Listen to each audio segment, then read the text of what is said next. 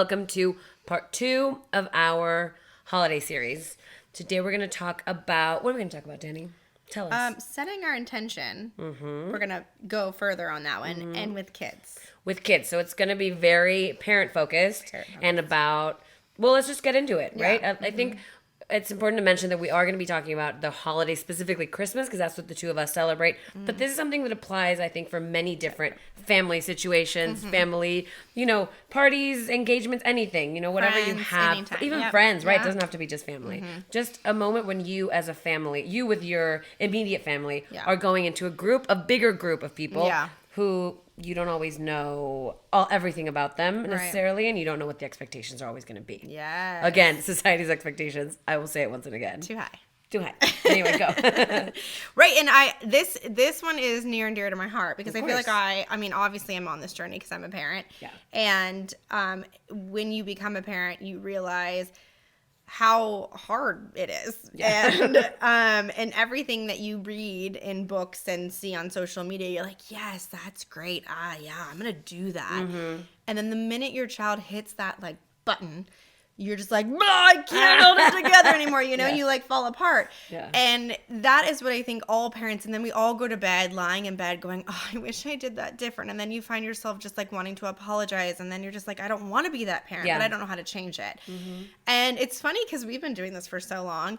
And I'd say, like 4 months ago, we decided to go through our own program because we're like, that just makes sense, do it, right? And we actually committed to doing it every single day, 20 minutes a day of doing our brain work. I did it with my kids. And funny enough, everything changed, right? Course. I went from, and you were even here in July, and I remember having a breakdown. A huge difference. I had a massive, I can remember the one when I was in the bathroom, and I just had this. There was a couple things happening. My brain was overstimulated. I was overwhelmed. And then I had this subconscious of I'm a single parent doing this on my own. And I feel like there's eyes on me like, what are you going to do, right? Yep. And I'm just like, but I'm alone and I just want support. Yeah. And I had that feeling of just being overwhelmed. And I did not handle my 4-year-old daughter's, upset very well. And I felt the frustration. And then our regulation was complete dysregulation. And it was just like, wait a minute, this is not working. So since that July until today, now she gets upset. And I'm like, you're 4. Yeah. You're supposed to get upset because it's hard to figure this world out. I'm still figuring it out. Exactly. And I feel like now I've just removed this expectation. And that's what's really huge is now that I just said that out loud, my interpretation of expectation comes from the perception that society has expectations. But honestly, I was creating them. Right, exactly. I mean, they're coming from society. They are coming. But it's you that decides. You're deciding which ones you attach to and which ones you don't, right? 100%. And they always change, too. I think they change. Your expectations for your kids in your home are going to be different from in the car, from at Target, from at school or in the pod, from at your friend's house, from at a time distant relative's house. Time of day, have they eaten, right? And we don't always have that leeway for ourselves, by the way. Good, important parentheses right there. But I think it's also, coming into like the holidays and all that stuff, it's like, what are my intentions and what are my expectations for myself and for my kids going into this new situation, right? Because that's going to align with what your intention is. Yeah. You know what I say? You know what I mean? And I had expectations and intentions to do great. And like I said, I would go to the social media posts like, yes, I want to be that parent. Yeah, I can do that. And then once that trigger hit, I couldn't be that parent because I was dysregulated. So then after doing the brain work 20 minutes a day for 3 months now, I'm like, I'm that parent. And I didn't have to effort my way through. It just happened. I all of a sudden grew my bandwidth. And this is obviously a giant plug for our own program because we believe in it. Yeah. And we've been doing it for so long and we see the effects of what happens when you regulate your nervous system on a daily basis because there's so many stressors hitting us constantly. We had that talk today. Oh, that's a big one. Really quick side note. 500 years ago, right? Yes. Like Machiavelli. How do you say his name? Well, like type of like Aristotle and like all those philosophers. Yes. They would process in one entire lifetime the amount of information that we process now in one day. That is like And what's crazy is humanity has not moved forward really that much, which is also sad. Yeah, but then what are we? We're stressed out of our minds. Most there's of us too much are. going on. It's there's too much, and we made a social media post about that today. Is we used to believe, or when we were first trained, that you had to clock a certain amount of hours of brain work and brain movements and all that stuff, and then you were done. Mm-hmm.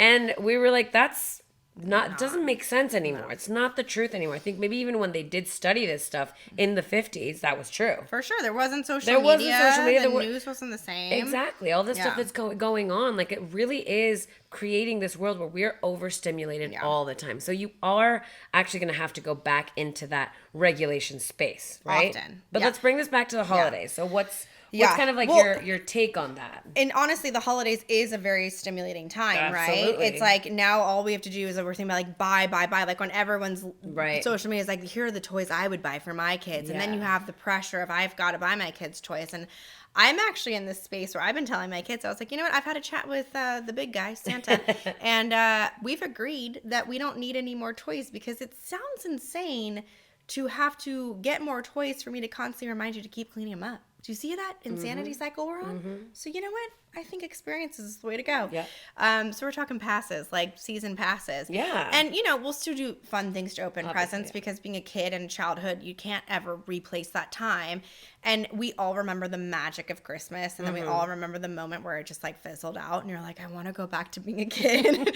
So, but during the holidays is the time where it feels like your family's under a microscope, right? Yes, that's the biggest thing. And it's where you're coming in, you're now seeing aunts and uncles, cousins, grandparents, if that's your case, that you haven't seen for a while. Mm-hmm. And then they see your child and they're like, oh, what's going on? Mm-hmm. And then I get a lot of comments about how skinny my children are.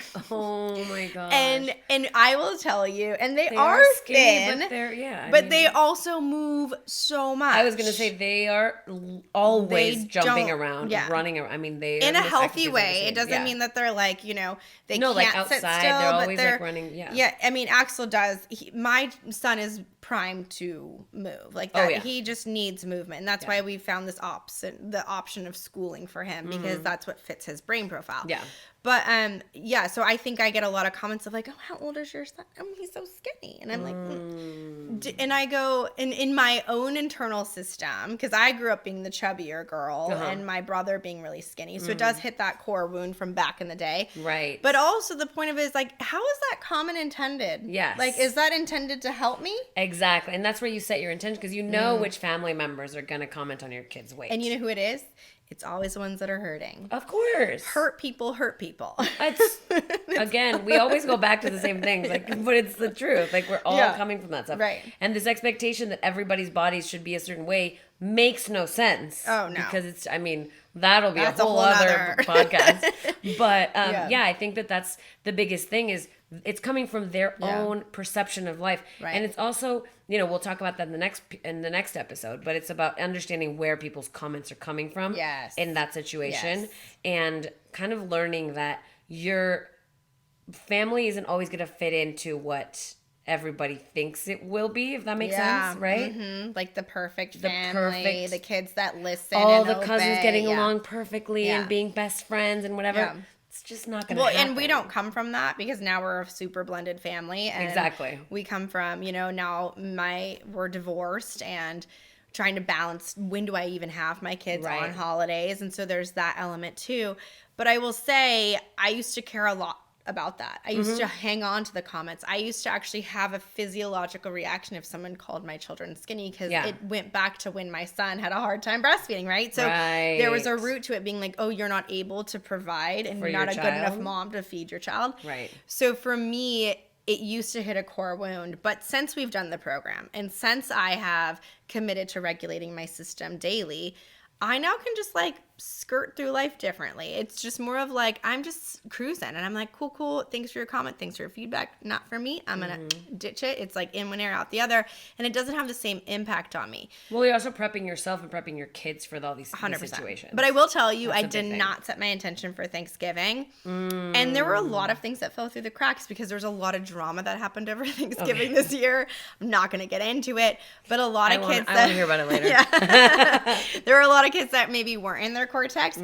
But that's the other part too is we should and I've seen this on social media. This is the beautiful part about social media is the good reminders, is that our kids are allowed to have bad days just as much as we are, right? Yeah. How many times you're like, I'm just having a day. Yeah, right? fine, And yeah. my 4-year-old's not allowed to. Right. Like, what? That doesn't Why make any not, sense. right? Yeah. So here's where we say it's okay if you have an off day, but what's the repair? Absolutely. How do we grow from it? How do we learn? What's the lesson? And so that's what we're big about here is let's reflect and go deeper. But back to the whole setting the intentions. For my kids, we're talking about Christmas, what's to expect, how are things going to go. And you're walking them through every piece of it. Yeah. I think that's a big part of it.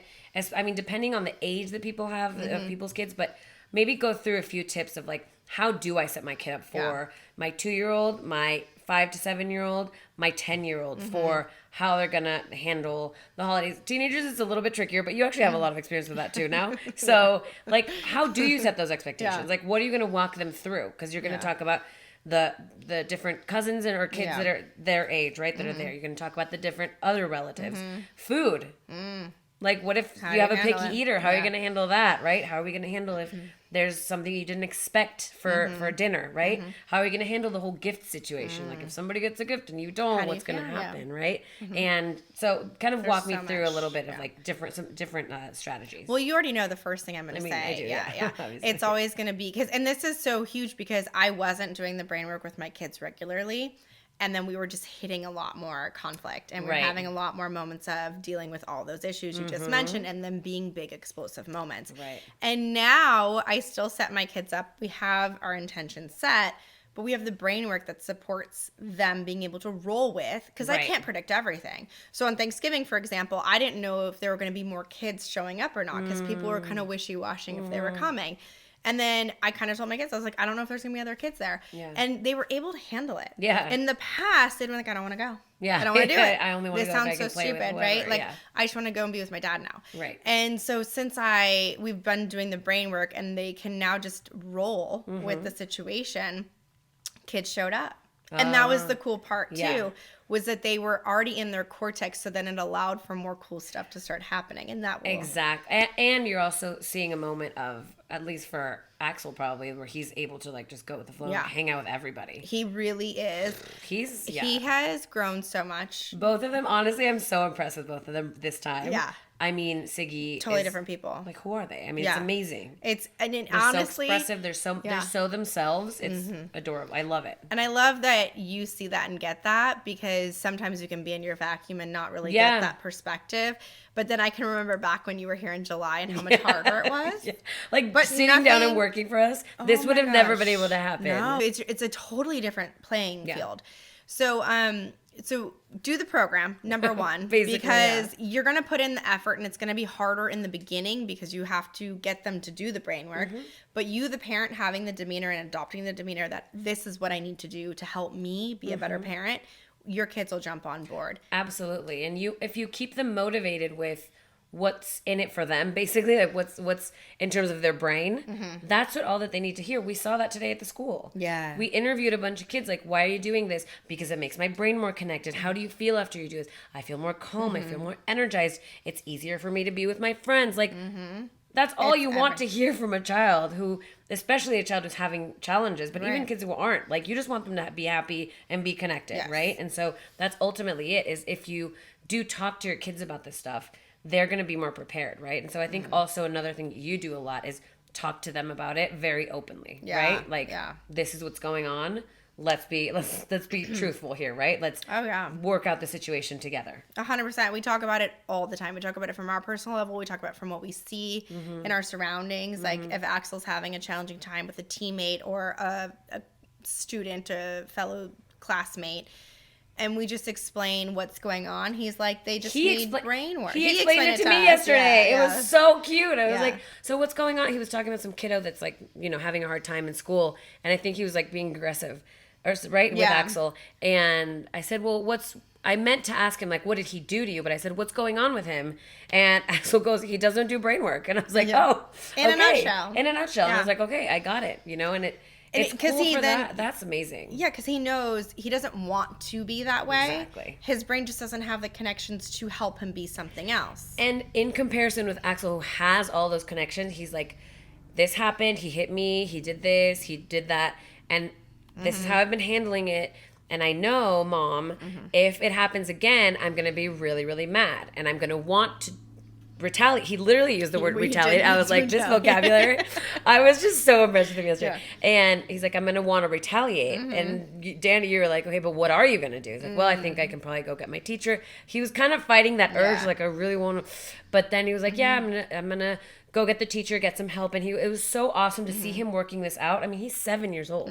What?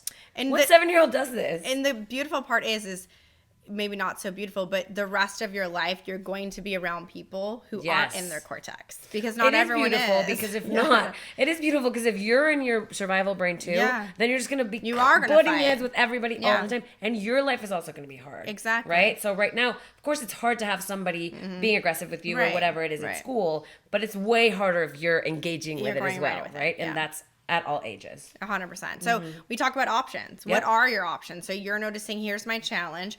What are your options? Exactly. And when you're in your cortex, you have options. When you're able to see things from different angles and you go, okay, how can I handle this?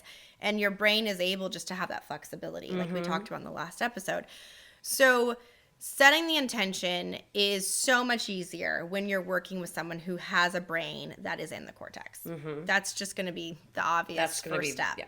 And I can tell you my life is so much easier when I put those 20 minutes in a day. Yeah. Oh my God. Prime ourselves. And now let's talk about how this is going to go. And you're going to be able to handle the no's and hey, you just got to roll with it. And sometimes because I said so. Yeah. And I mean, we just went on a vacation, just to the desert. And Axel last year at the desert was overstimulated with the sounds of all like the motorbikes and all the things. He was covering his ears. He was just like, I don't like this. This is all so new to me. And he was having a hard time rolling with it, asking he still asks a ton of questions. In a different way. But it like in a way of out of curiosity, not out of like sort of fear, anxiety. Yeah, exactly. And so totally. And he walked up to kids. We just posted the video. And I remember him being like, Mom, I want to go hang out. I want to meet some kids. And I was like, cool. And I was like, I'm going to video this. Like, I just want to watch the interaction of him make some friends. It was not planned. And I just like pulled out my camera. I was like, he just walked right up and just like watching his body language. It was like, hey dudes, like what's up guys? You know? And I'm like, so many adults can't do that. Exactly. Like adults can't even walk and be like, hey, how's it going? Hi, how are you? Like, can I have a try? It was just amazing. So that's the first step. So now setting the intention, you, the adult, have the resources to see what's coming, right? If you have an organized brain. Yes. So there it goes again. Do the program. Well, yes, exactly. That's always going to be the thing. But at the same time, if you're listening to this podcast, you're probably figuring out some ways to make your life easier, right? Whether or not you've started the program, hint, hint. But I think that there's also a really important thing is to always do it when you are in your cortex. Yeah. Don't try to set your intention when you're already like in that fight or flight survival anxiety mode, because that's just going to make you feel so much worse. Yeah. And it's just going to kick you further into that survival mode because you're only adding fuel to the fire, right? And you're giving threats. Right. That to your Yeah. And then you're like, wait, I'm threatening you with this or this. And they're extremes. With even thinking about things. Yeah. So, and my fiance, shout out to him because I always call him out on this, but he said something and I said, it's okay, because my mom gave me this tip just recently. And since my cortex is now online, I can hear feedback. Okay, love so this. Different. Obsessed. And my mom was like, you can say to your kids, let me think of what I'm going to do. I don't know what to do right now in this moment, but let me think of an option that's going to help teach you how to handle this in the future. Excuse me. And you don't have to have an immediate answer all the time, because sometimes you don't know as a parent. No. Sometimes you need to go calm yourself down because you're triggered. You're like, well, my kid just hit me with something. Yeah. Or, I mean, obviously in that situation, you can probably come back with a very strong, like when my daughter hit me with the Barbie, I did warn her. I said, if you hit me with the Barbie, that's going in the trash. And I actually have the boundaries to throw it in the trash. You did? Yeah, this is how different my boundaries are. Because she would have thrown the trash and I would have been like, that's $10. Down the drain. Those Barbies are expensive. And I was like, no, I told her, because she wound up and I was like, if you decide to hit me with that, it will be in the trash. But it was a very calm response to her. Yeah, like I'm just letting you know. And she goes, let me test you. And she swipes me kind of half, like didn't full on whack me with it, but gave me a swipe because she was upset. Not saying it's okay, but I said, okay, can I please have the Barbie? And I took it and I walked out. She kind of whimpered, not even a full blown meltdown. She was like, whoa. She's like, okay, mom means business.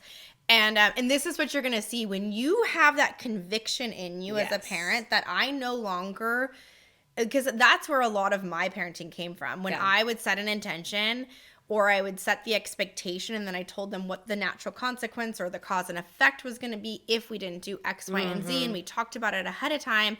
I then would be like, ooh, am I being too hard? Right. Ooh, is this, are That's they, the mom guilt, you know, and then the guilt and then all that. Am I traumatizing them? Yeah. Yeah, like how am I rupturing our relationship? Right.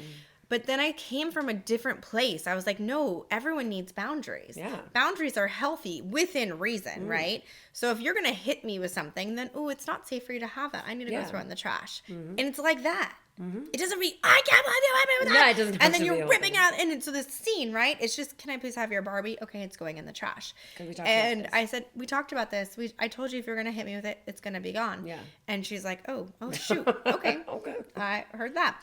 So, and do you think she's gonna hit me again with the Barbie? No. She's like, that boundary is now clear. Exactly. And so this is where the intention matches the boundary, and then you can have that consequence that helps our kids understand how the world works. I think that is the key. Absolutely. And understand how to navigate themselves at some point. And like you and I have said this before, a parent's job really is to be that bubble of that boundary in those first years. Yeah. And the boundary might get a little bit wider and wider as they grow up. Yeah. And then eventually you can go like this and they're ready. They understand where it is. But if you never put it down, they never know where it is. Right. So they're going to be all the way over here trying to figure out where's the boundary, because we humans need to understand where it is, Yeah. It's just a natural part of who we are. And so that's one of the coolest things is as parents learning what works for you as well, right? Because what works for you might not work for somebody who's watching this podcast. 100%. So it's learning what works for your own family. And also there's a TikTok trend going on right now about remember when you look at your parents, it's like these like corny videos of like parents being adorable. Yeah. And it's like, remember, this is also your first, your parents' first time living life. Yes. Like they've never been in this. They might have more experience, but they haven't been in this specific part of their life yet either. Right. Just like you haven't been in this specific part of yours. So 100%. It's always about having that compassion for others. And that's what our whole next episode is all about. Yeah. And okay, two things really quick. So back to behavior, because you're going to be with family and they might be judging your behavior and they might immediately think, oh, this is because of your parenting. And it might be, there could be some, there's always room for improvement. But the other part too is I always like to say, but okay, it's a lot parenting and it's a lot brain. Yes. So there's the brain-based behaviors, right? Not being able to sit still, make eye contact, process information, filter out the unimportant stuff, know how to keep my hands to myself because I'm always looking for where my body is in space. So there's a lot of brain-based behaviors. Then there's the behaviors that are learned, and that is the parenting. Exactly. So those have to work together, and then the parenting really has to come in when we have like some never-evers, like hitting, spitting, kicking, anything that's like obviously very dangerous. Not okay to ever do. Like the Barbie, hitting me with the Barbie. Like that's never ever in your life going to serve you and help you be a better person to hit someone with a Barbie. Or with anything. Or with anything. So that's where you have to look at all components of it. And that's what our program helps you do is first regulate you, the parent, so you can be rational. And then you look at what is my child's need, right? And so when your family comes to you and gives you some sort of a judgment on, oh, your child's not sitting and eating. You're like, oh, well, thank you for that feedback. That's a good one. I love that. The thank you for the feedback leaves them with absolutely nothing. Oh, okay. Cute. Thanks. They acknowledged me. And now I feel like kind of a jerk because I just said something that wasn't needed. Exactly. And they said it thinking it'd help them feel better, but it actually doesn't. And it's also a good way to mirror yourself, right? Like when you look at somebody, you're like feeling like you want to make that comment. Why am I making that comment? Yes. What is that going to give me? Is it going to give me the satisfaction of feeling like I'm better than that person because of blank, right? Yeah. Because my kid is strong and the other kid is skinny or whatever it might be, right? I mean, that's also where we as adults have to take that, especially when kids are involved. Because especially in these young ages, 0 to 7, that's when they're taking in so many messages about themselves. And so imagine if the kid overhears you talking about their body. That's an internalized message right there about their body not being good enough, not being valuable, not being worthy, whatever it might be. So it's also so important because we do, even if we are dysregulated as adults, we always have more tools than the kids. Always. That's for sure. 100%. We have more experience. Yeah. So there's the thank you for the feedback line. And then there's, I kind of forgot where else I was going with this, but that's okay. There's there's the need for how do I then help give that child their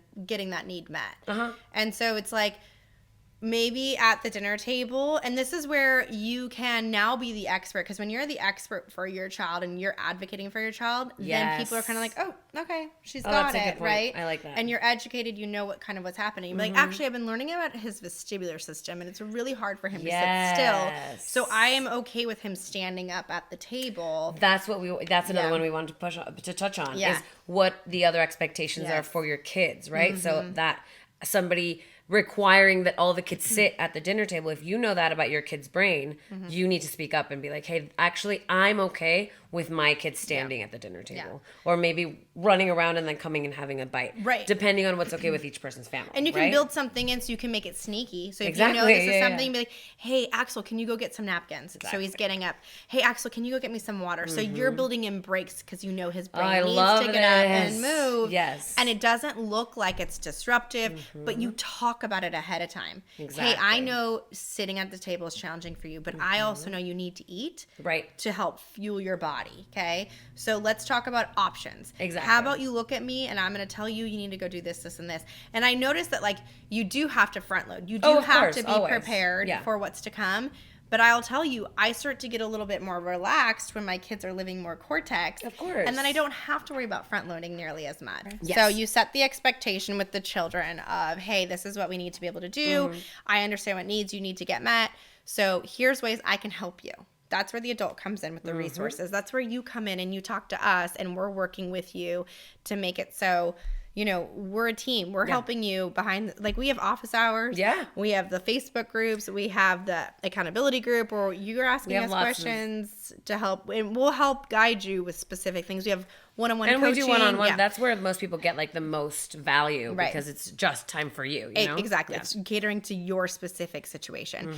So once I've set the expectation, I've helped my child, then you just kind of see what happens. Right. And then you notice, hey, did that aunt or uncle or aunt, grandma or anyone have any sort of judgment that hit a wound that actually made you feel and have an emotional reaction? Because then that is going to be your reconnect. That's where you go, where you're going to get deeper. Exactly. I have a new layer. And this is where you it's kind of fun if you look at it that way. Go, ooh, where do I get to now go deeper and learn more about myself? Totally. And that's always going to get you so much information and get you so much further along in your journey as a human.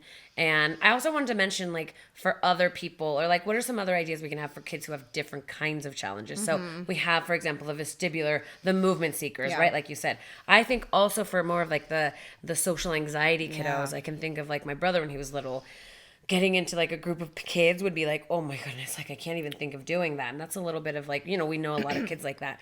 Helping them maybe have like a book that they're going to come and share with all their cousins, right? Or something that an activity that they've already planned, a board game that they love that they want to come share with their friends or with their cousins or whatever. Have specific questions they want to ask everybody and kind of like help them understand, like, these are, you know, this is your family. They want to hang out with you, and help them kind of ease that initial tension, maybe by you coming up with them, and if it's a kiddo that needs, you know, kind of to feel a little bit of that support. The mother's protection, and it's okay, hang out with them and see that it's okay, it's safe, and then they can keep doing on their own, right? And I want to think of like a couple of more ideas because of the kids who are going to maybe get to because I can think of the typical, maybe a little bit older kid who's going to go into the living room of the Thanksgiving or Christmas, whatever, and be exactly.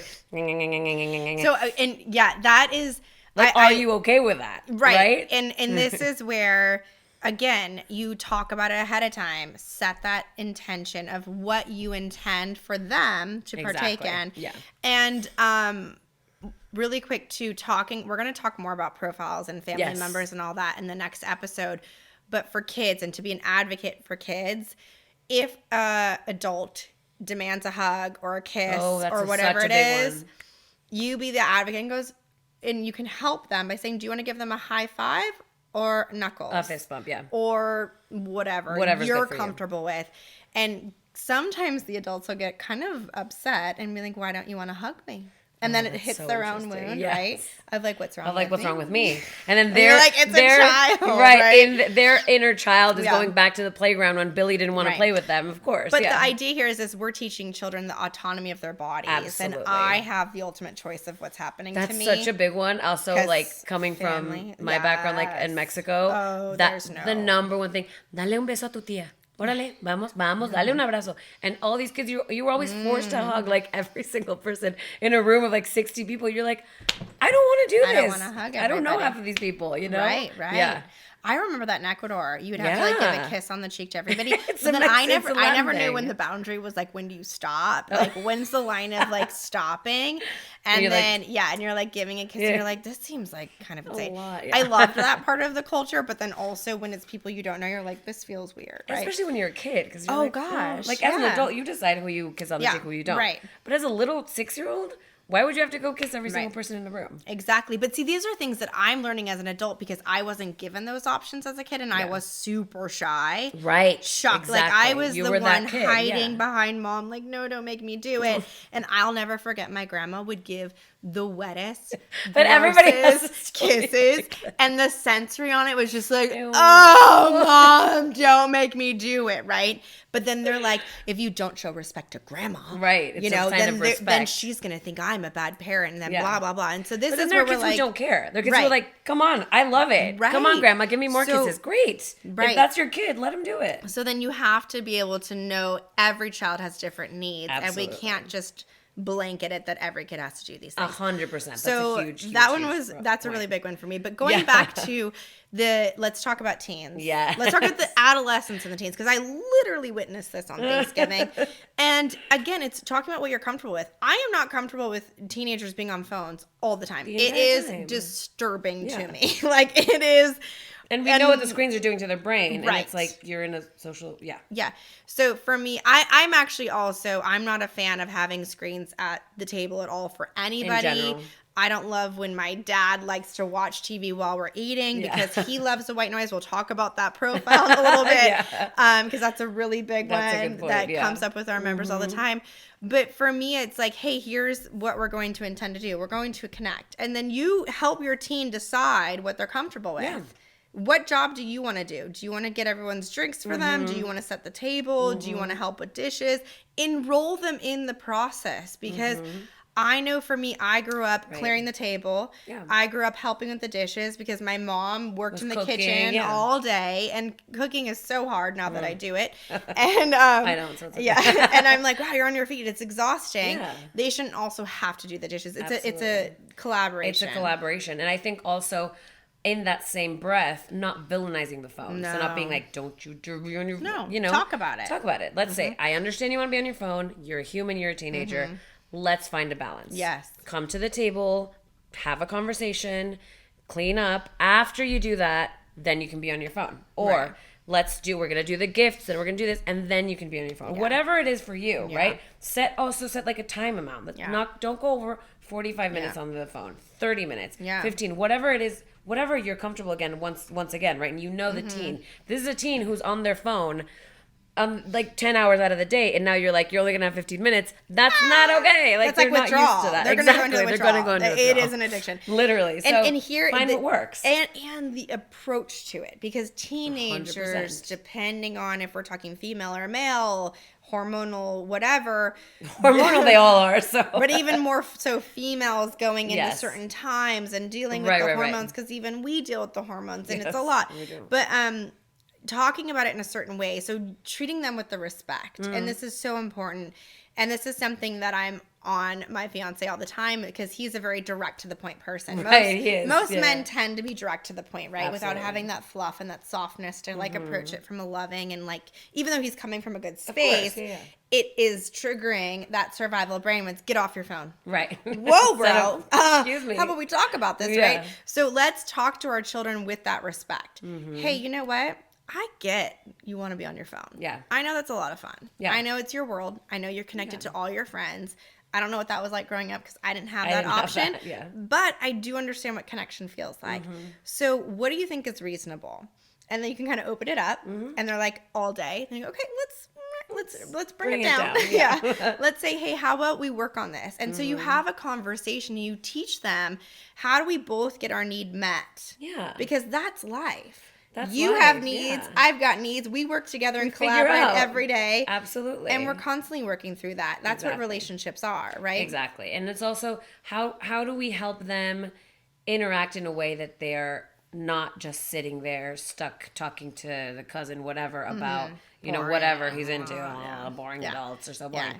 Bring a game that you really like. Bring a bring an activity, bring a book. Yes. If you really want to be on your own, if you're really in that loner stage that many teenagers go through, and that's totally fine.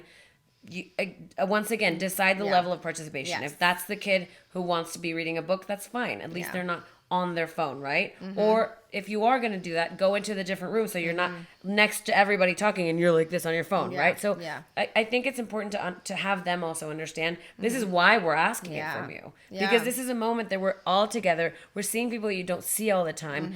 And they want to get to know you better every time they see you too, because they've seen you grow up. And or these are your cousins, or these are people that, there's part of your family. It's important to get to know them. So this is why I'm asking it of you. It's not because I want to control you or whatever teenagers think, right? It's for your own good. You want to know your family better because they're your family. They're your people. Totally. 100%. Yeah. And I can think back to my teenage years. Yeah. I can think back to my I always do that. I said that. Yeah. Now that I have 2 stepdaughters, I'm always like, okay, when I was 15, when I was 17, oh yeah, my parents knew nothing. Yeah. They did not understand. And so, and I even have these conversations with my mom now because I'm like, all right, I'm so sorry, right? Yeah. This is what this is just what we do as humans. That's so you true. Don't know what you don't know. Yeah. And I tell this to them all the time is like, I promise in 10 years, you're going to be like, whoa. Yes. I understand now, right? But when people told us at their age, we were like, no. I won't.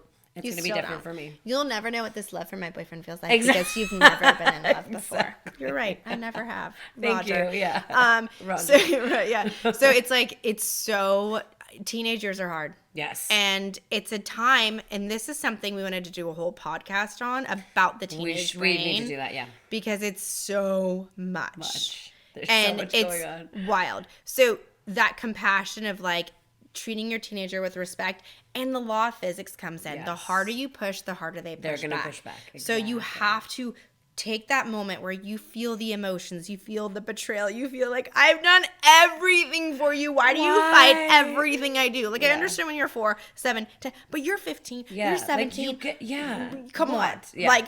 Something's got to give. Yeah. That I understand 100%.